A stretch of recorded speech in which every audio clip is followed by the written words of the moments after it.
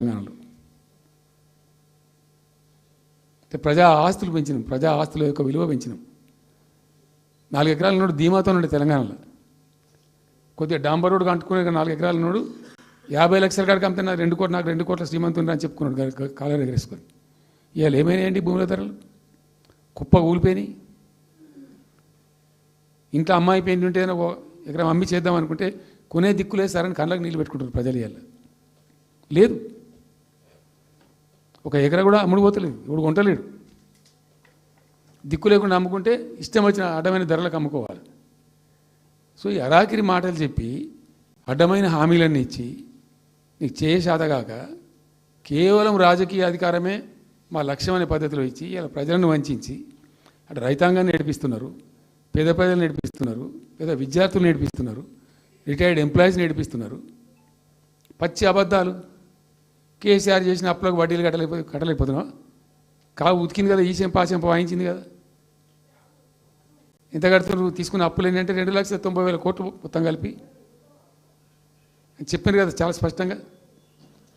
So ఇట్లా ఇవన్నీ వాస్తవాలు ఒక పక్కకుంటే అన్ని అబద్ధాలు చెప్పుకుంటూ ఇష్టం వచ్చినట్టు మాట్లాడుకుంటూ ఇక నన్ను తిట్టడానికైతే వాళ్ళ నోరు మొక్కాలిగా. ఎప్పుడో సందర్భంలో కోపం వచ్చి ఒకటి తిట్టినామంటే ఓ మనిషిని మాట వేరు. పొద్దా కాదే కదా కేసీఆర్ చచ్చిపోవాలి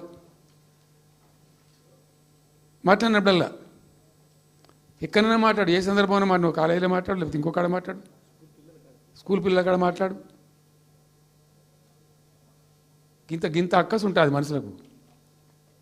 అది కరెక్ట్ అవుతుందా? సో ఇష్టం వచ్చిన పద్ధతులు, మాటలు, ఇష్టం వచ్చిన దుర్మార్గ ప్రచారాలు,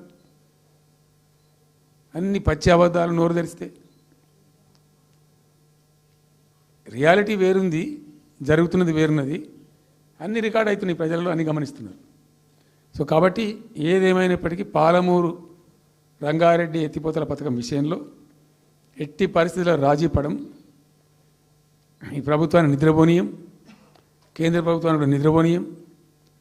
మా హక్కుల పరిరక్షణకు ఒక డ్రాప్ తక్కువైనా కూడా at any cost, at whatever cost, TRS పుట్టిందే తెలంగాణ ప్రజల కోసం. తెలంగాణ ప్రజలకు ఒక నొక్కు పడుతుంటే మౌనం పాటించలేం.